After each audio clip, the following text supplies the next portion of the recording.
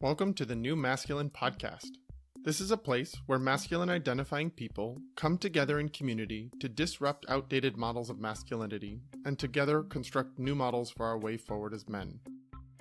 As a special note, while this conversation is between men, this podcast values all beings and seeks to create positive impacts for all.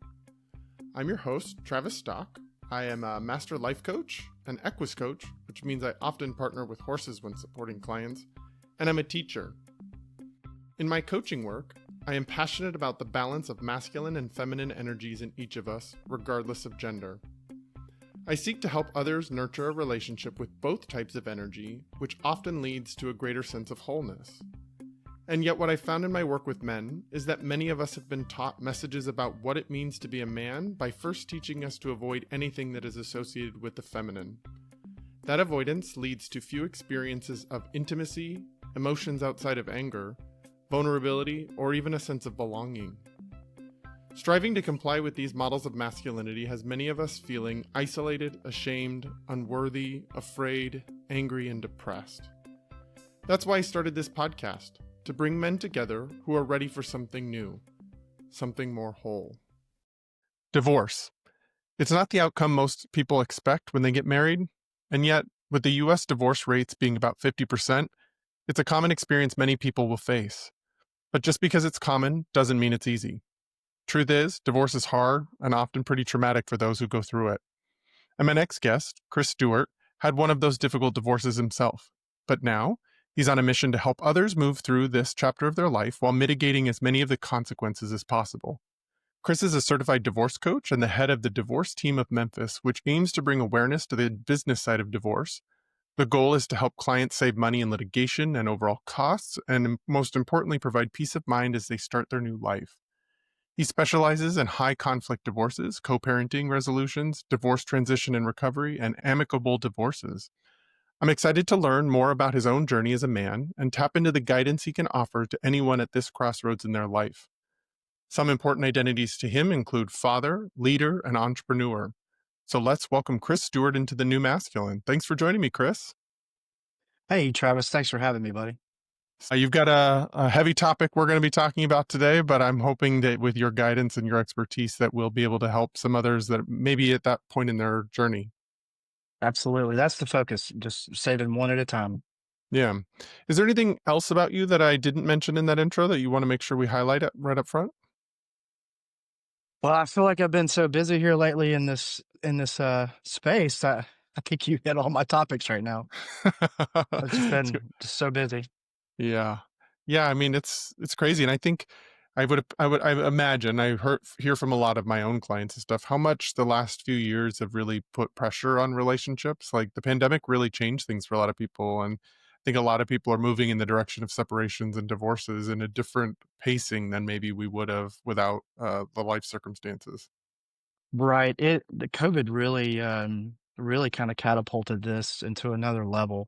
Yeah. And at that point in time, I was busy in my own right with other businesses I had. And I was post divorce, but I didn't really realize the impact it had Mm-hmm. until I started noticing in my inner circle people asking me questions about what I did, and I'm just like, really, not you? I've been, like it was just everything started trending that way.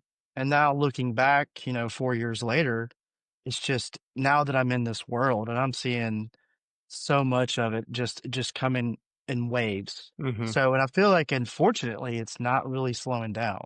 Yeah. Um yeah, I think I think COVID definitely had a role to play. Mm-hmm. But also I think society too kind of you're more inclined to get divorced today than you are to stay married. Yeah. Unfortunately, it's kind of what we're seeing. Yeah. Yeah, it's so tricky. I find myself in such conflict with that reality because in some ways I'm really glad that people don't have to stay in relationships that don't fulfill them and that aren't good for them. And I think that in previous iterations and generations, people did feel stuck and were, I think women often felt really a lot more stuck in marriages. And I think so. There's a part of me that's glad that people are more free to do what's right for them in their phases of life and to grow and evolve in separate ways from their partners. But then it's also like, ugh, who wants to go through that? I'm like, and like this I trend know. sucks. I know, and you're right, though. It's like a long time ago, that was the only thing. If you were Yeah. unhappy, too bad. You made that commitment. You're in this for the long haul.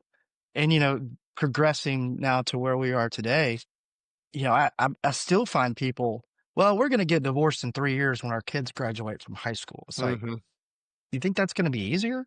Mm-hmm. Like, why? And you're going through the steps for the last 10 years. And I'm just like, this is just wild. But that happens every day in every county, every city, all over the world. And I Yeah. mean, it's just with people's perspective of what divorce really looks like. It doesn't have to be that way. And I remember hearing a podcast, a couple, I guess it was last year. I think James Sexton said, he goes, divorce is imminent, but how many people in your circle of friends are actually truly happy married people? Right. And I remember when I heard that statement, like took like the top 10 of my inner circle. And I'm like, well, these are great. They're great. Maybe, maybe that's just like, ooh, maybe they are, maybe people aren't really that happy. Mm-hmm. But, I really Mm-hmm. appreciate the ones that are, I really do. And that to Mm-hmm. me just is the focus of hope because things can get better. People want to work and do things together and actually have that sacrifice to be together. Cause, Yeah. marriage and anything is work. So, but yeah, to your point, I think things have really kind of taken a different turn in some aspects. Yeah. I'm glad to hear you're still a hopeful guy, even though you're kind of at a I hopeless try to place in be, people's and lives. I'm swimming in this like 24/7.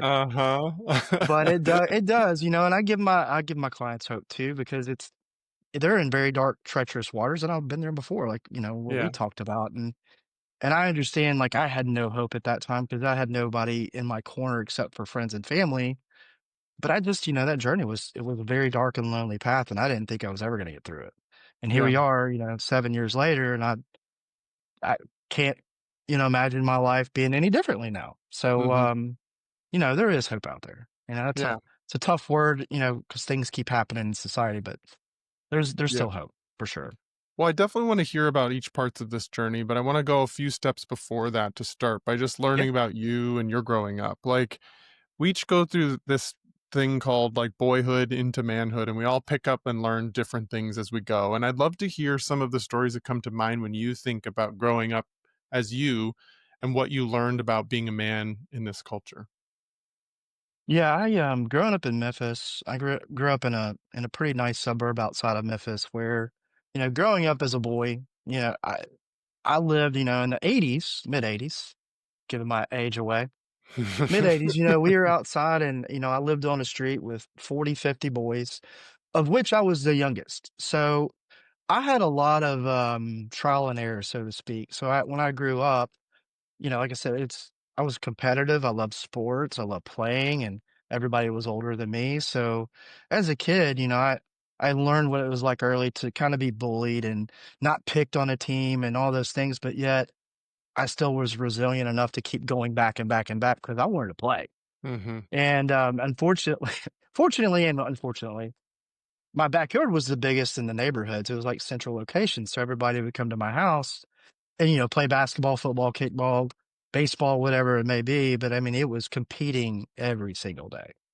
Um, so growing up, I felt like today is a little different than it was when we grew up.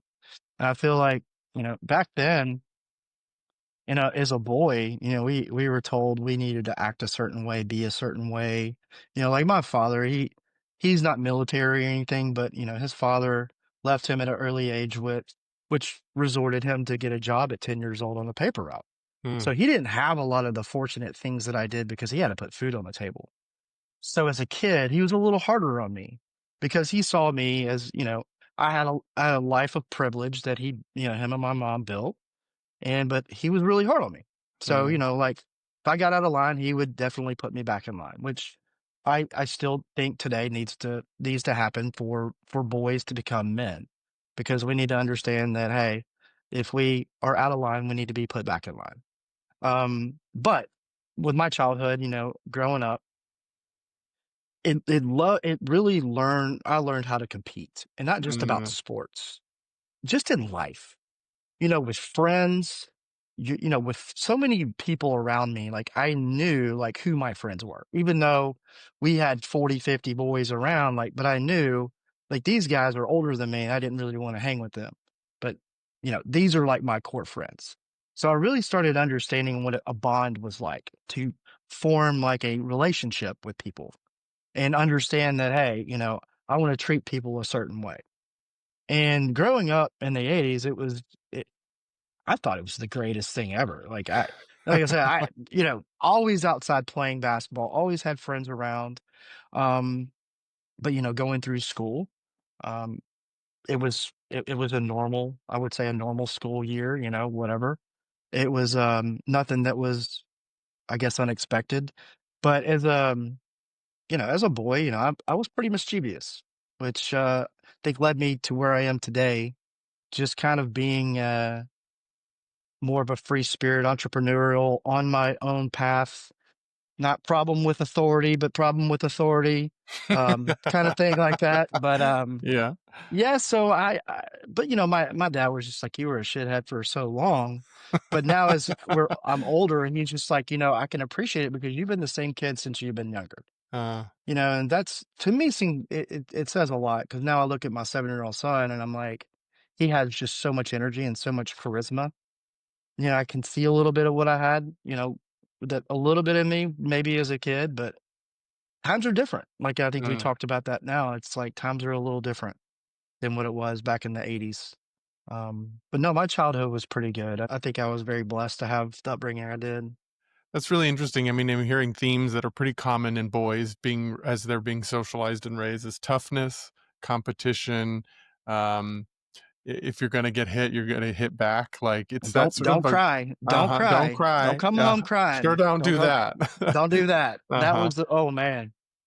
Well, I, But I remember my dad. I was 9 years old, and I came home from got beat up, and I came home. He was like, "What, did you win?" I said, "I don't. I didn't get hurt. But why are you crying?" "Oh, I don't know." "Well, if you do you want to cry, I'll give you a reason to cry." mhm. I'm like, okay, I'm fine. Tears, Uh-huh. tears gone. Uh-huh. Yeah. Yeah, I think that's such a common experience for the boys growing up as men. And I do hear you also acknowledging things are different and things are evolving. And I'm really curious what you're doing in your fatherhood with your 7-year-old, seeing that he has some of that similar spunk that you maybe had. Your dad handled it in one way, maybe a little Right? tough on you, maybe a little Yeah. like limiting the kinds of expressions that were okay for you to express, to have. How are you handling your 7-year-old differently in this time as a father than your dad handled you? I have a really good relationship with my father.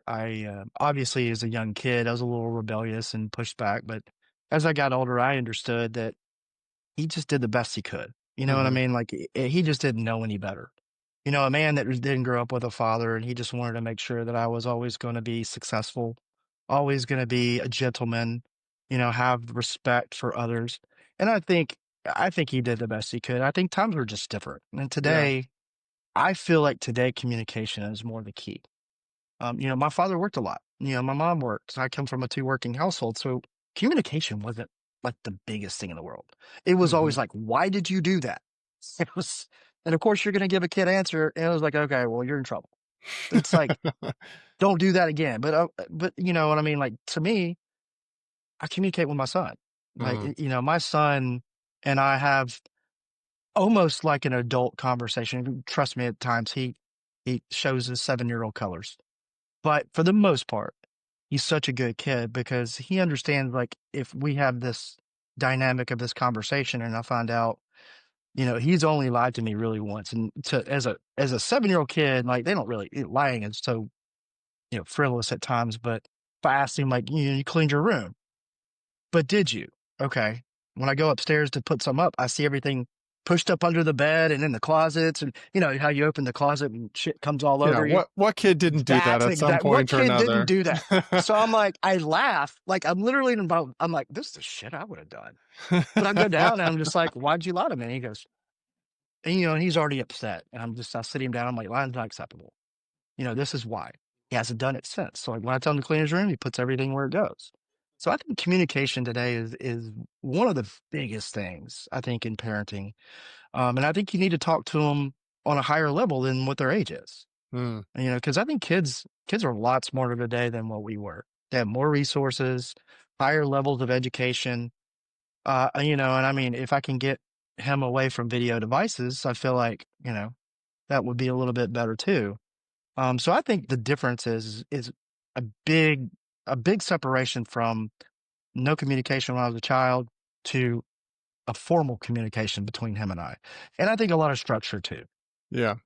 I think that's so important as we're raising boys and we're figuring out how to do it in different ways. And we're like, it's hard because you weren't given that kind of communication as a kid. So Yeah. it's not really, you were never really taught to have those kinds of conversations. And so you've been having to kind of develop it on your own and get advice from other people and figuring it out as you go.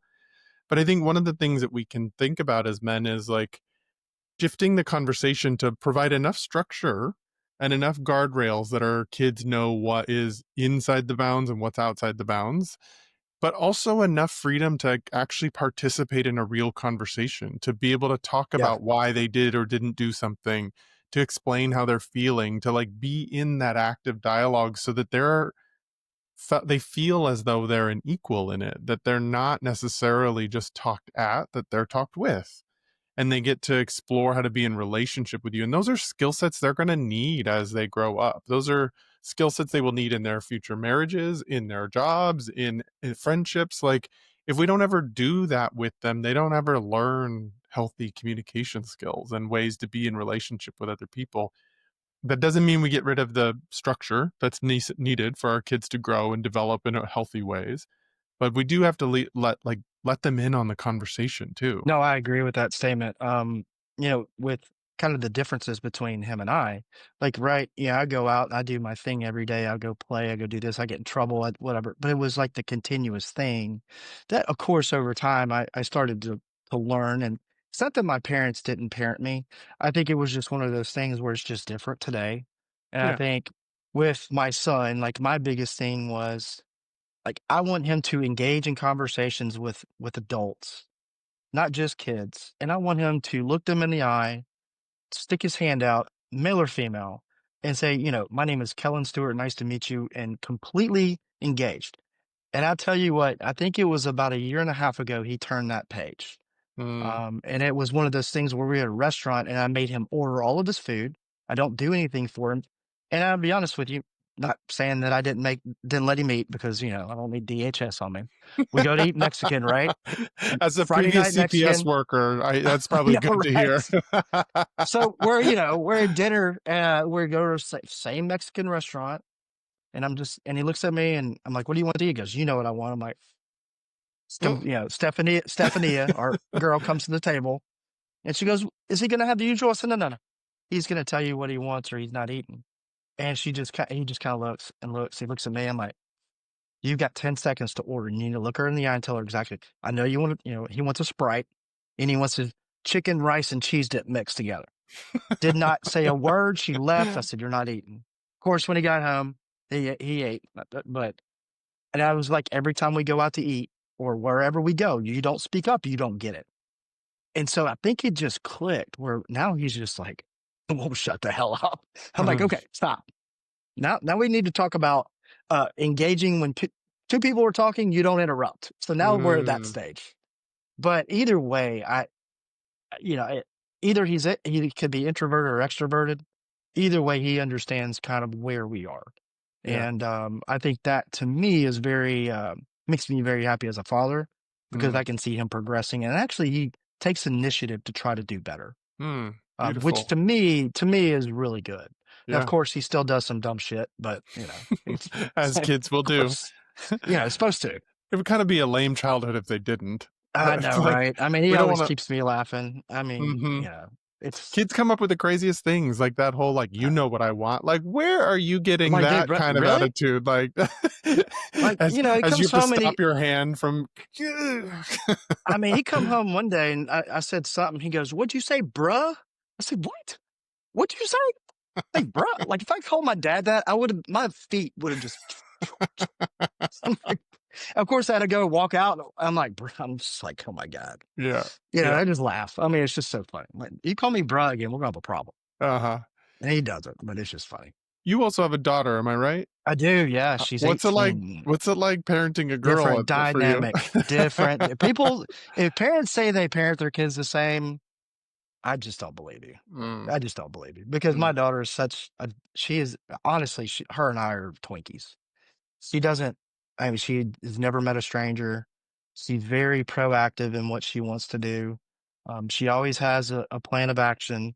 She is just one of those kids where I honestly just I always thought having a daughter was gonna be the hardest thing imaginable just mhm. because I was a little cavalier in my younger days. And, I thought I was just my dad always would just say, Your life is and this shit's gonna be funny years from now." So now she's 18 in college, and I'm just like, "Man, this is" but she's good well, I know I still have comfort knowing that she's a good kid and that she makes Mm. pretty good decisions for the most part.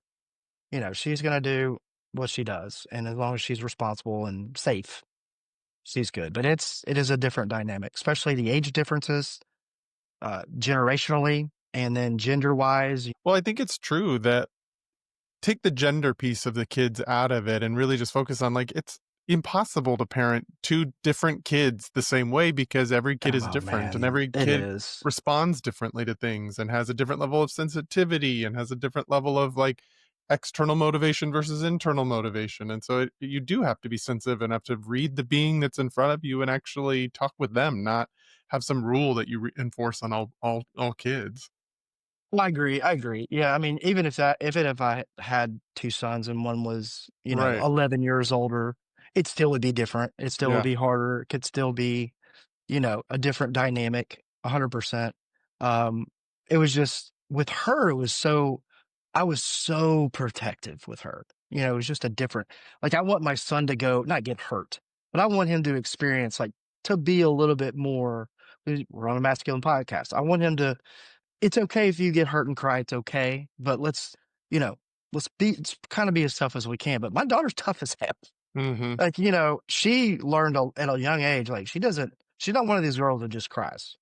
And I realized that at a young age when I remember, she was getting bullied because she was a really pretty girl. She was skinny, but not, like, unhealthy skinny, and I think some of the cheerleading girls were just making fun of her shape and stuff like that because you know, kids can be cruel. Yeah, she come home and had a whole conversation with me about it. I'm like, "Are you okay?" She's like, "Yeah, I'm just pissed off." I'm like, "Okay, you sure?" But she was just like, "Yeah." And then first time she said out a cuss word and then looked at me, I'm like, "It's okay. It's okay. You get that. You get that. You get a pass. You get a pass." Yeah. But, and I just that kind of moment really sparked something, I guess, different in me about her because it showed her true colors that she can take a punch, she can respond at a higher level than most kids do. Because I asked her, like, "What'd you do?" She goes, "I didn't say a word to her." I was like, "Wow," because we'd never crossed that bridge before, so I never had to give her any worldly advice. She just hit the nail on the head and just and ran with it. So I was like, "Okay." So that mental toughness is really impressive to me. I mean, at Yeah. a young age, and a lot of kids don't possess that in early on. And I was fortunate that she did respond that way. I'm not going Mhm. to say she's responded poorly in other ways because she has, but As we all but do. yeah, as we all do. But it's just As we fun all seeing do. that little human being grow. Yeah. Yeah. I appreciate you sharing some of the lessons from your own parenting. I think that it's such a Ugh, huge change in our lives. Whenever someone decides to become a parent, it will teach you things that you may not be ready to be taught or that your mind be not ready to look at, but it has a way of making you step up as a dad. Absolutely. I think it's a challenge every day. I mean, Yeah, every day is a challenge. You for sure. know, you have no idea when your kid comes home from school what has taken place. You Mhm. know, they get in Yeah, the especially car in and this day and age, this world, you it just feels don't hard to know. I'm It's like, hard. "Ooh," I'm not a parent, but I'm like, "Ooh, bringing a kid into this world feels scary." It's a lot. I mean, there's a lot of factors. There's so much out there. If you're looking from protection aspect to what are the kids saying out, now, like, and getting their minds wondering about certain things, and What are they you just exposed to don't know. online? That's what I'm saying. Because as we were growing up, we didn't have all that crap. No. If I might have found like a dirty magazine or something, it would have been like, "Hey," it would have been like, or brought it to schools, stupid little things like that, but nothing to the capacity of what we have today. Not the I full mean, internet's it's resources of pornography and no every different thing pornography, that you can see. violence, Uh-huh. like, different political. I mean, political stance. why are you talking about this when you're 7 years old? Like, Mm, you don't have any business talking about politics at 7. mm, And that was just wild to me. yeah, And, yeah, because we never did that as kids because we only had a few channels and we're like, "Oh, just go with what my parents tell me." yeah. It's like Yeah, no. Yeah, no, it's interesting how our media channels, especially social media, have really created so much division where everyone's talking about it, even little kids. right. And, these kids have been through things like COVID and all of the breakdown of institutions. And so it makes sense that they are talking about it, but it's like hard to help them have a thoughtful conversation and to help them help shape their belief systems around things. But one of the things that I really like to talk to guys about on this podcast, and you were kind enough to share a story with me the first time we talked about how you navigated difference as a kid. And because we're in such a divisive time, I think it's important for us as men to really get better at navigating the differences between ourselves and other people. And you told me about this story about a childhood friend who came out as gay and you Mhm. weren't sure how to navigate it. Would you be willing to tell me a little bit about that and Yeah. and what that experience taught you?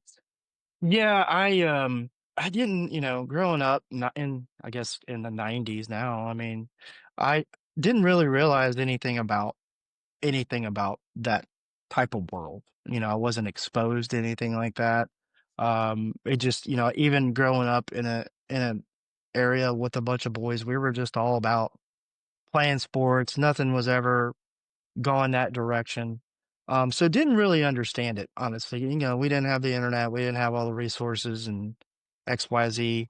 I certainly started seeing a little bit as I hit high school, but just not broader scale. Because back then most people didn't ever come out and explain what they were because they were scared to do it. Mhm. I Yeah, there realized weren't 12-year-olds coming out in the there '80s was and not '90s like 12 there year are olds now. coming out, no, or 8 or 9 or 10 year olds. Like, it's just like, what in the world? Yeah. But, yeah, I found out I had a friend of mine that was, Mhm, and he hid it for a very, very long time, and this is a guy that you see this guy, you would be like, "Dude, every woman wants this dude." mhm, He's built, tall, dark, handsome, just a smart guy, like, just had whatever he wanted to have, and nobody would have ever assumed it. And, he dealt with this for a long time, and I think it, from my recollection, started in high school. I understood, later on in life, like, this is someone that was really having some problems, mm, and, I was fortunate to have a conversation with him about it, and we talked about the differences, and you know what? Nothing was different about this man. He This is what he labeled his characteristics, this is what his belief was, and this is who he was. And I went and talked with my dad about it, my parents about it, because I just wanted world understanding because I don't feel talking to people my age at that particular time in the world, everybody had a negative thing to say.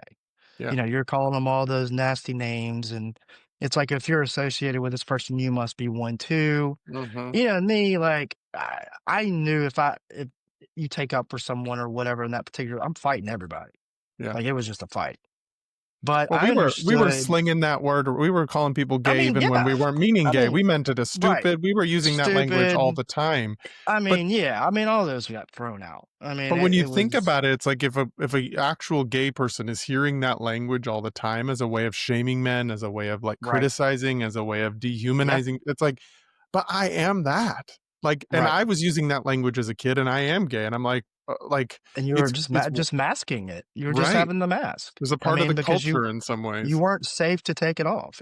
Right. I resonate now because he was really the first gay person I've ever really encountered who was my friend, right? Hmm. Who I genuinely known just about my whole life and never, knew. I mean, never knew. And I felt terrible, now that I know what I know, even though he's a thriving individual and whatever. But it was just one of those things where it impacted me the first time because it was one of those things where, okay, so what's different about him today? Hmm. Just because he's this, that makes him different? It doesn't. It doesn't. Like, it doesn't bother me one way or another now.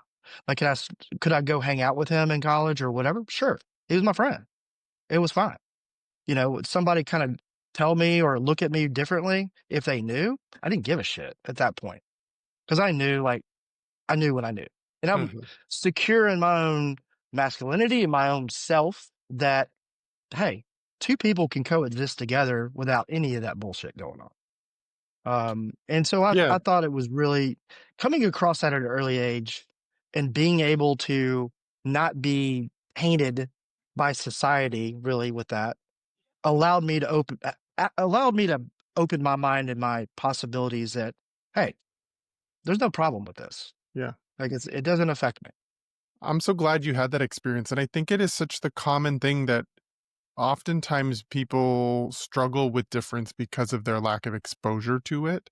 If you grow up around people that only look like you, that are either not gay or not out and sharing who they are, it is hard to build that strength that you had, that mental strength that you had to be able to see your friend as your friend rather than as Yeah. this thing that our culture maybe was teaching at that time. The 90s were a kind of a homophobic time frame in our culture. Most of the things that were being talked about gay people we were just post the AIDS crisis. And I so know people were that was the big thing, I there think, in was our so much fear. generation. There was so much fear about Fear, gay people and unknown, they think that was exactly. just the gay disease of all time. Like, you hear all this I mean, you hear all of it, and it's just like, "Man, y'all are just so stupid and petty and just Yeah. sallow as shit," Yeah. of human beings. And that fear manifested as judgment, as Yeah. criticism, as pushing away, as rejecting gay people, and so, I appreciate you just sharing that story. It's personally meaningful to me as a gay person in this world who grew up in the '90s, born in the '80s, but grew up in the '90s, like, th we can grow to understand that people can be different, and that doesn't impact us. No, That doesn't take anything away from me for us to sit in this room and for you to be straight and for me to be gay. Like, that doesn't take anything from me. It actually is broadening my life by allowing both of us to be who we are in this space. a joke I don't think I shared with you that I told him out after college. We were I can't remember, we were downtown Memphis, at a bar, there's a bunch of us. And I remember, like, a bunch of these girls came up, and, of course, he's like 6'4", like, built guy. Of course, like, he is the focus of attraction, right? Mhm. And I looked over at him, and I was like, "I'm so glad you're gay because that means there's more for me over here." And he, like, died. He was like, "Oh, I guess that makes me your wingman, right?" It's It was good to have so a good funny. gay man as a wingman. I mean, it was We draw funny. attention. It was We're funny good as with hell. women, and we Right. can It was bring them funny. around you. We can vouch for you. Like, we're I actually really mean good. it was so funny. I just because I couldn't do that with anybody else. Everybody else is, like, in competition, right? They're Uh-huh. like I was like, it's like, "I got you. I got you." I'm like, Yeah. Yeah. It's interesting. "It's funny." I wanna move us on to the next part of our conversation, but Yeah. I do wanna before we do, I wanna highlight that that word competition comes up, and I think it is so true for so many boys that It's we learn to a big relate word. with other boys, with other guys through competition first, through competition for resources, if it's women, if it's salary, if it's Right. winning in a game, like Right. skill sets. Like we learn how to compete in this world, and that is one of our primary ways of relating to each other. And I'm not saying competition is bad. I'm just saying that it's No, not a way to develop meaningful relationships, nor is it a way to create community or belonging or well-being. It is something. It's just not the whole thing. I agree with that. And just like a relationship that you're competing against your spouse. Why are you Yeah. competing against your spouse? Y'all can compete saying my football team's gonna win on Yeah. Saturday. Let's put a Yeah. friendly wager on it. But what are you competing about? You want to be a Yeah. better parent or a better Yeah, I've seen that too. And I've Yeah. experienced that in my own right too, in Yeah. relationships. I Mm. think competition to me is something that I hold a lot of value to it. And you know who's my biggest competitor? Me. Yourself, yeah. I am the biggest competitor against me. I've endured it my whole life, but I feel like that has drawn me to today, sitting here talking to someone like you, Yeah. because I feel like competition drives me to always do better. Yeah. Now, can competition be constructive positively? Yes. Can it be Agreed. negative? Absolutely, it can be. I coach sports. I've been coaching my daughters in sports, my son now. And I try to create the safe space in competition where communication's big. Like, I don't want to just have my boys go out and play whatever sport we're doing. I want to talk to them first and be like, it's okay. It's okay if we lose, but look, why did we lose? Let's talk about, because you lose, you learn more from losing than you do win. Now, I learned that in business. I learned that in life. Like, the more you lose and you really figure out why you lost and you accept it and then you learn from it and try to progress. That's where the competition really comes in. Yeah, And that I is love so it. true. I mean, I don't look at people today as a 43-year-old man and just say, like, I'm just trying to outdo this person. Mm. Like, that doesn't do anything for me now. Like, it doesn't. Now, if I'm on the golf course with my buddies, I'm gambling. Yes, I want to beat their ass. But again, again, it's against myself, right? Yeah, But yeah, yeah, yeah, teaching our younger generation about competition is tough because it's a different dynamic today. And like yeah, what we were talking about earlier, I was outside all day long. yeah. Today is not the same. Mm-mm. They're video gaming, their competition online with whatever, with their friends in Bangladesh, but it's just different. But I mean, competition's all shapes, form, size, everything. It's Well, in this everything we do. this darn thing just keeps That thing making right all of us there. compete all with each other, like, even just, like, the social media and everything, Social like, we're media is always tough. competing, and Social so media is tough. yeah, it is an important topic that I'm passionate about, like, helping us as men have a better relationship with competition so that it can be fun and it can create help us strive for better and just to continue improving and learning. But we gotta learn some other relationship skills other than just competing. True. It's not healthy for us to be in constant competition with people. But let's get into, like, what we're like, kind of the major topic we wanted to talk about today. Yeah, Divorce is something you're helping other people with now, but tell me a little bit about, as much as you want to share, about your own journey with divorce and why this topic is so important to you.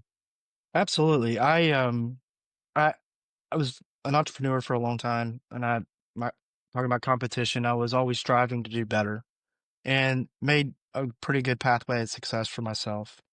I met a young lady in 2012, fell completely in love with her. I mean, just that was it. This is my person. My daughter was 6 at that point in time, and they formed a really, really good, bond immediately. I bought a lake house next to her mom, and that was where we all kind of met. And she met my daughter through all that. So it wasn't like a formal introduction. So became serious really quick. And I thought we had a really good relationship. Ended up having a child. And then things just radically changed. Mm, And I felt like we had a very good relationship in all aspects, I thought, you know, at that point in time. But all of a sudden one day, it was just done. She was like, we need to go our separate ways. All of a sudden, I get served with divorce papers. It was very traumatic to me. And it was not something I wanted at the time, but through the course of events that were happening around me, I was just like, geez, this is terrible. Like, what happened? Like, and all of a sudden, it just went from bad to terrible. mm, I spent over $1.1 million in attorney's fees.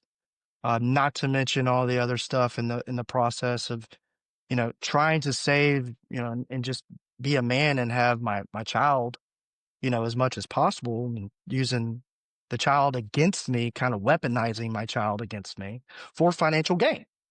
That wasn't sitting well with me, and mm, unfortunately, it was a drawn out process, and ultimately, who gets hurt in the process? My son, and he was 1 at the time, so he doesn't really remember anything. Thank goodness. But so through this whole divorce process, I still have my business and whatever. And I'm always like on the like, man, there's got to be a better way. Like, there's got to be a better way. I don't know how I've endured what the pain and the humility and all the things that I've endured and through this journey.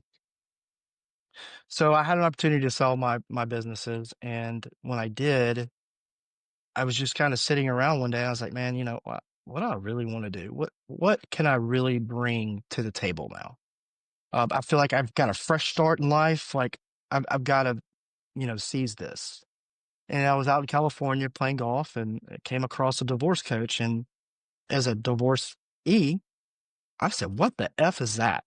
It's like, dude, California is different. I got some weird people out here, some different shit. Like this, I'm Memphis, Tennessee. Dude, you talk about Elvis. I mean, I've never heard of a divorce coach. So Hmm. of course we're all playing golf and he's playing with us and I'm texting like my attorneys back. I'm like, what is this dude full of shit? Like what? No, it's a thing. It's just not here, blah, blah, blah. So of course, we have a very good conversation and he gave me some really good, insightful advice. And so I ran with it and I went and got the education that I was seeking to be able to help all individuals, not just men or women, navigating this process. So and I also understood as a coach, like, I feel like I had something personal in this, Yeah. but I also know if I'm going to be a leader of people, that I need to understand that I need to be able to help everybody and not take my personal situation and bring it to the forefront. It's about the people that I'm helping, not about me. Yeah. And I came to terms with that. I forgave all my misdeeds and all that. And I found that humility and that humbleness to be able to help other people. Because without that, I wouldn't be successful at all. Mm-hmm. So I started into the divorce team of Memphis after I got done. And I think I told you before, I started helping people in the divorce process before I was even a coach. I live in Germantown, Tennessee, which is a nicer suburb kind of out of Memphis, and it's not very big. But everybody knows everybody's damn dirty laundry. But I had people approach me, were like, hey, I know you went through a terrible time. What do I need to do? And I was like, well, okay, this is what you probably need to do. And I started doing that. And I think, is it just as terrible? And so I just started kind of coaching them through this and what not to do and what probably good benefits to do. And then when I got this education and I just opened this company, it just kind of just took off. Well, in July, I was helping a CEO of a hospital, and she was very, very fortunate of the help that I was giving. And she was asking me if there was a way that I could create some type of business to where I could come into institutions, hospitals, corporate companies, government municipalities. And I said, well, all I know is I think EAP systems are only billable by insurance, and I'm not a therapist or a mental health provider, so Mm-hmm. I don't really kind of fall under that jurisdiction of payment. And so, of course, she's known me a long time. She goes, well, that shouldn't stop somebody like you. I was like, okay, talk about competition. Here we go. She sees I was you. like, all See right, game, she sees sees it. game. So I said, all right, I'm gonna go create something. So I put together some PowerPoints and did some due diligence and made the right connections and made the presentations to get this done. So now I created the divorce team in Memphis, but shit, I've been all over the country more than I haven't been in Memphis. Mm-hmm. So I created that and I've kind of formed connections all over the country. Now being in many institutions all over the country, municipalities, corporations with divorce support services, because I worked for a company a long, long, long time ago. And I Mm. remember when I got with that company, all I really cared about was the life insurance, the health insurance, vision, dental, and where my money's going to go. I knew there was a whole bunch of other stuff there, but I didn't apply to me at that time. It would have applied to me probably if I knew it was there. But people working for companies, especially, and I'm very passionate about the hospital organizations because, they work long hours and there's a very high divorce rate in healthcare professionals and they work really hard to be where they are. And unfortunately, when it impacts them, it also impacts other people. Mm. So that quality level of care could go down. The institutions could have some issues. You're going to absenteeism, then you're going to have to pay for overtime. So as a businessman too, I can understand from the institutions what your ROI would be if you would just give them some level of support. I'm not asking you to fund their divorce, but if you could just give them a lifeline, like somebody like myself, and I can help them start this process in the right way, then you've already helped them with success. No matter what the outcome is, they're going to appreciate that you at least acknowledge that you helped them. So this work has really been impactful for me. And I'm now growing something that I didn't really expect to grow, to be honest with you. I'm Yeah. I'm here today in so many different networks that I'm trying to tie together now and create this other company. So it'll be Divorce Resolution Group. Nothing is like it around. So I'm connecting with many different professionals and we're going into not just institutions. I mean, we're helping all individuals that need help, but it's just now that I have the resources all over the country, It's made me dangerous. So I have Mm, CDFAs all over the place. I have lawyers all over the place, mediators all over the place, mortgage lenders, investment advisors, therapists, child psychologists, psychiatrists. You name it, I have resources. And well, let's say what COVID did help with was the virtual help. right. That is a big thing because Hmm. now we can all work in these spaces Yeah. from the comfort of our own home and help people that need help. It's so smart what you're talking about like going into companies and talking to them about like, the reality is the people that work for you are humans and they go through life events, and divorce is one of the hardest things that people go through. And Oh that man. is going to impact their ability to produce, their ability to perform in their job. And if we don't offer those kinds of support systems to people, then how do we expect to get like quality stuff? It's like we always kind of like we keep wanting people to function as if they are machines and never Right. have those sort of life events that break them down. And that's just not the reality of who we are as beings. And we're really seeing that how far we've tried to push that as far as possible to try to take people's lives out of their employment. Right. And it's just not going well. It It's is really not. not good. And so I think it's really smart how you're kind of talking to the leaders of or organizations and places to try to show them the benefit of offering just a little bit of support, not to fund the divorce, but just a little bit of No, support. well, and to be honest with you, Travis, I know you said you haven't experienced this Yeah. thing, but I think it's the fear of the unknown in the Yeah. beginning Yeah. because you have no idea what to do. I don't care if you've been divorced before. It's still different. I mean, it's Hmm. still different. And you're lonely. You have no help. Well, I may need to go find this attorney. I don't know if he's good for me, or I need to go do this. You just have no direction. You're not prepared for anything. All you're doing is you're doing the stereotypical thing. Here's my life. Here, Mr. Attorney, Mrs. Attorney, save me and let me have half my shit. Yeah. Right. And what they do, and attorneys, I don't badmouth them. There are some bad ones out there. There's a lot of good ones out there. But if you let an attorney dictate your outcome of your divorce without a direction and a vision of how you want a divorce and how you want it to look like 5 years from now, I mean, it's a very different scenario. Might be in different places for a moment. Don't worry, we're here. We just had some technology issues, but we're back. You were telling me a little bit about what happens when you let an attorney make all the decisions for you. Yeah, most of the time, and it's normal. I mean, it's normal. That's what most people do. When you're faced with, or if you're blindsided by a divorce, you really have no idea what to do. You're just going to go. Number one, you're going to be an emotional wreck. You're going to be panicked, and you're going to try to do whatever you can to try to respond to this thing that you may or may not want.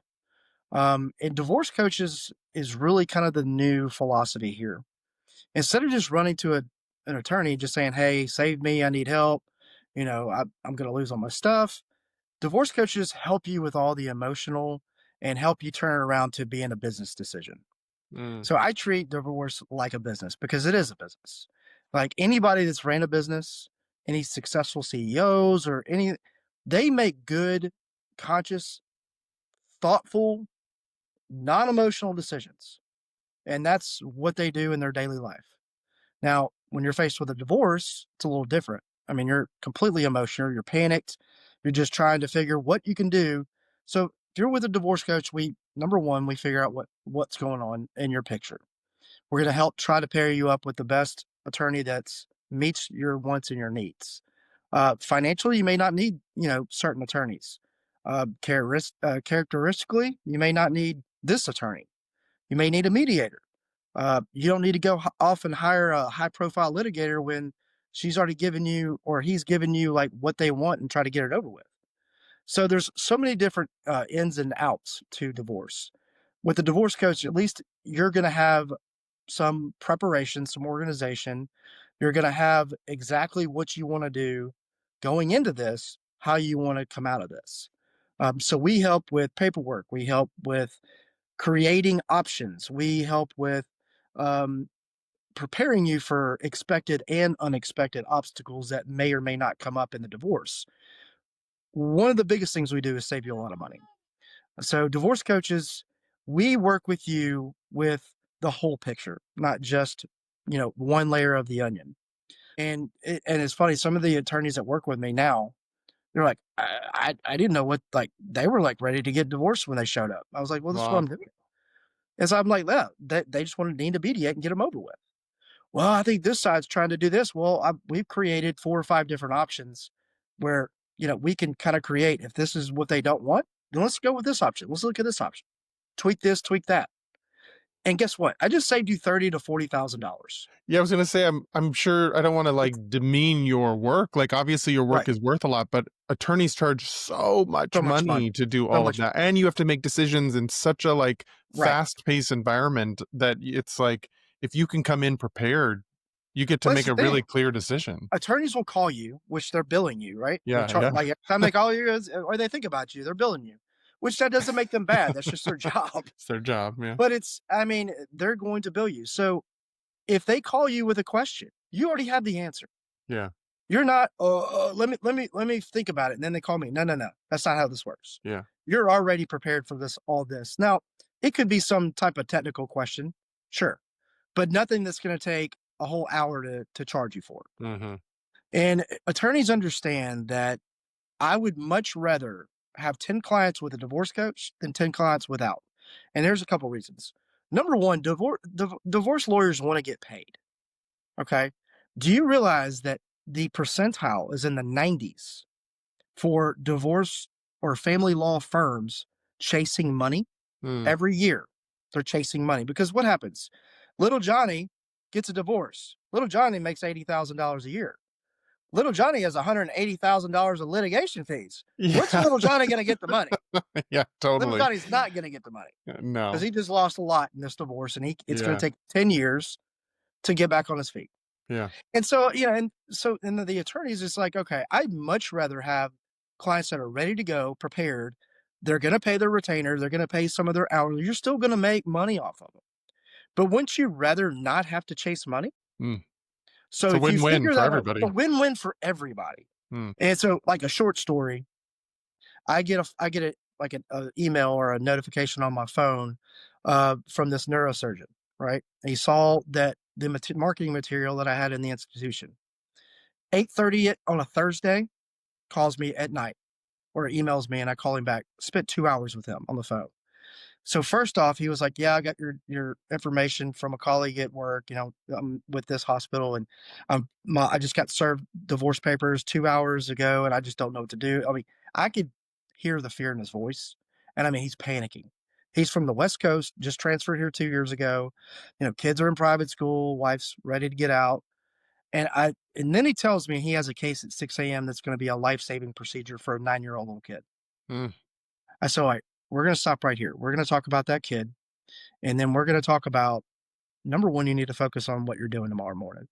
And then I started asking specifics. He's like, well, it's a brain mass reduction in this, blah, blah, blah, blah.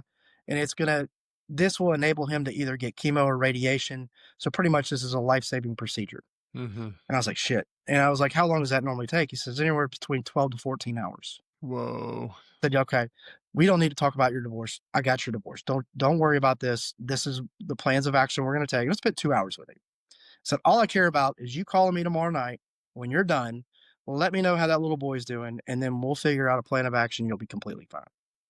And so he called me, I think at 10:45 the next night, 10:45, and because I hadn't heard from him, so I was like, man, I hope, I'm just thinking the worst. And he called me, and goes, man, I just need to thank you so much for talking to me because I literally was having a panic attack. Mm. And I got off the phone with you, went, laid down, got up at 4 a.m., got a shower, went, headed to the hospital, scrubbed in, and I did my job. Because I knew that you were there with me and that we were going to tackle this over the weekend. And I tell you what, man, I brought tears to my eyes. I was like, Mm. holy shit. And I'm not a self gloater. I'm not someone that says, look what I did. I don't put on Facebook, hey, I saved somebody's life.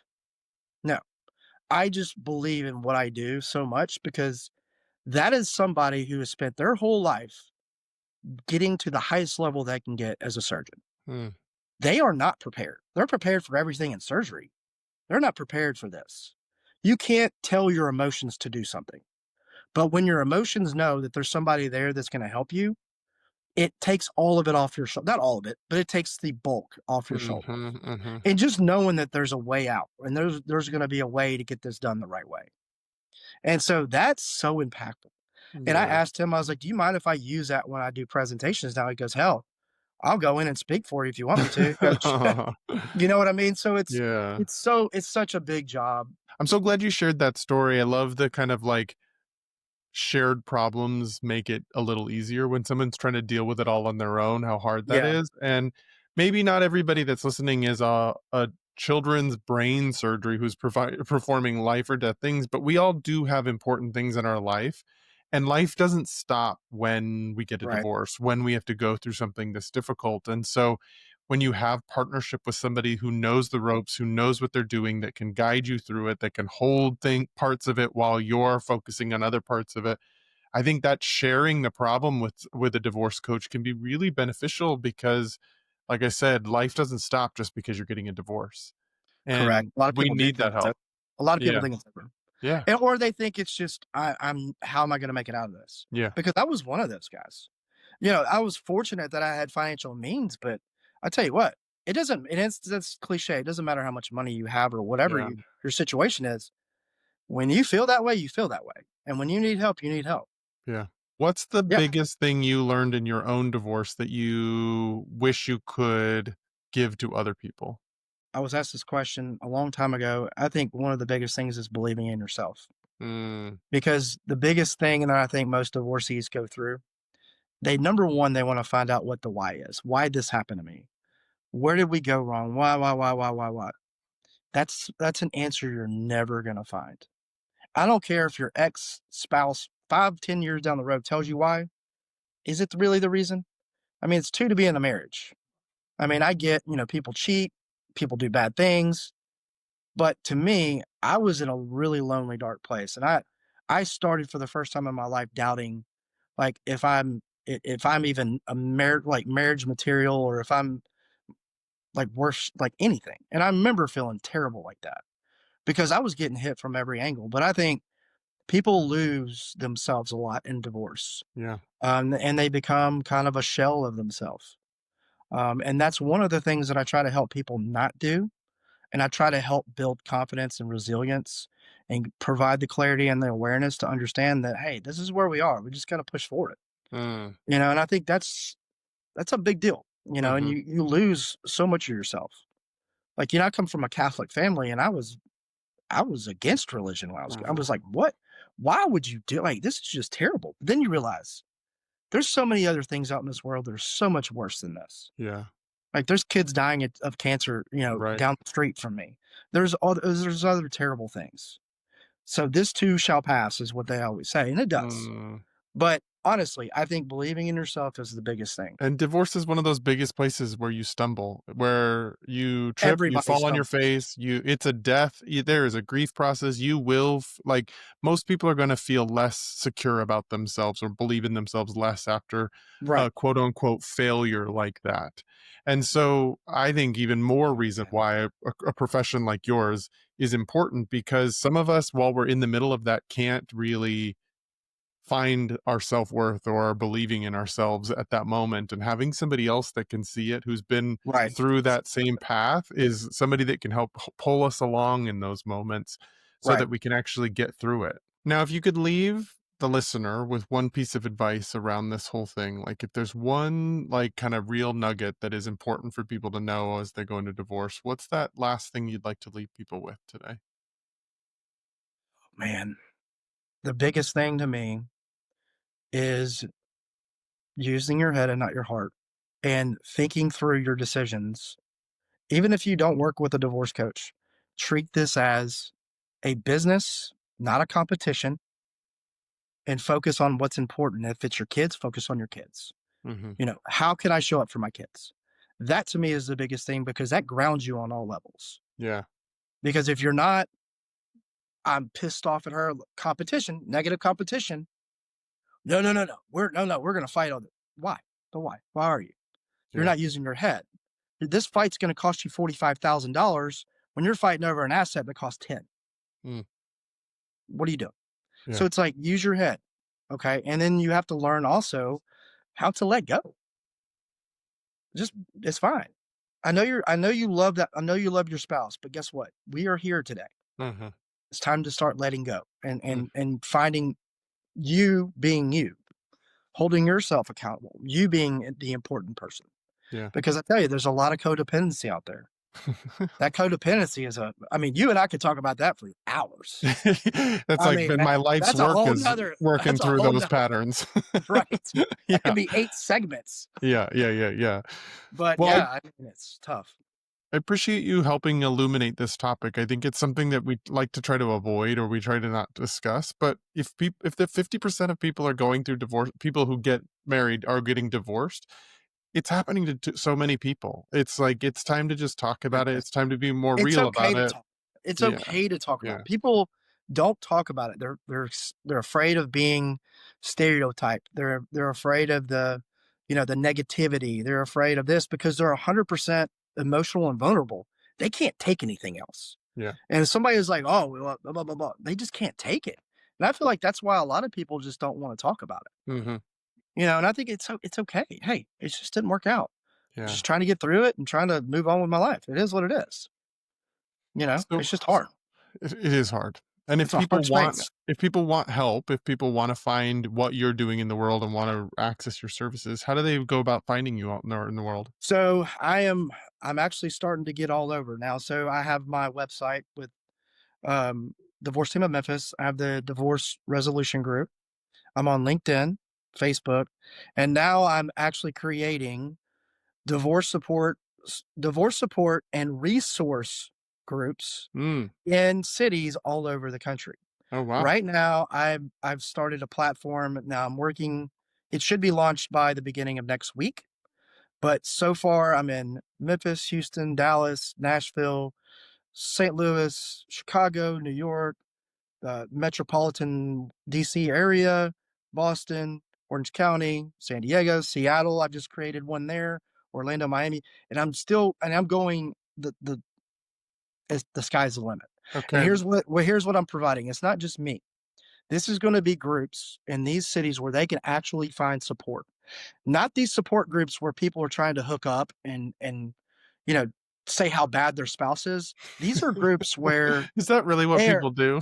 oh God Oh, bless gosh. America. Uh, There's going into some of these groups, it's just like, oh, I thought I had it bad. yeah, yeah, It's like, I mean, some people like that stuff, yeah. but these are groups where divorce professionals, myself, attorneys, CDFAs, all these other, and a lot of other coaches that have specific niches will all be in these groups. Hmm. And so this will be opened up to people specifically in those cities that are looking for support.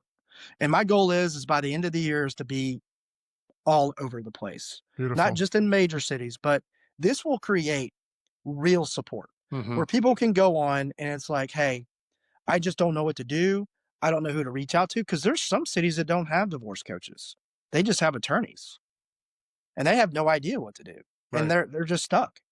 So this is going to open up the avenues for a lot of other resources for people. So Beautiful. I'm very excited about it. I can't wait to get this launched. Well, make Uh, sure you get me that link once it's I ready to will. go because Oh I'll yeah, put that yeah. in the show notes so people I can will. find it once they've listened to our conversation. I will. I will. Yeah. And it's going to be really good. So I can't Great. wait. Well, Yeah. thanks so much, Chris, for joining me on the New Masculine and for sharing your expertise in this topic and for helping people find their way through this dark period of life. This is a hard place to be in when you get there, and having help along the way is only going to make things better. So, thanks for being out Right. there doing good work and for offering the support to people in the dark parts of their life. I really appreciate hearing about Yeah. your Thank story. you. And I appreciate that. And I appreciate you having me. I've enjoyed it, without the techni- technicalities. Technology, it's so I'm great when like it's walking great and all it's over not my and it's house not. trying to make sure that the signal's good. Y'all So, had no idea what we were going through in the hey, background, but glad it's all clipped together and devices, now all kind of. nice. Uh-huh. Yeah, yeah, yeah. Well, thanks again for joining me, Chris. If you want Yeah, to get buddy. in contact with me, you can go to my website at travisstock.com. Follow me on Instagram. That's where I'm having lots of ongoing conversations about these episodes. So if you have questions or want to share how this conversation impacted you, please reach out to me there. And if you want to support the mission of this podcast, please go to patreon.com/the new masculine to become a supporter. Thanks so much for joining me, Chris. And until our next episode. All right, buddy. Thanks so much. Y'all have a good day.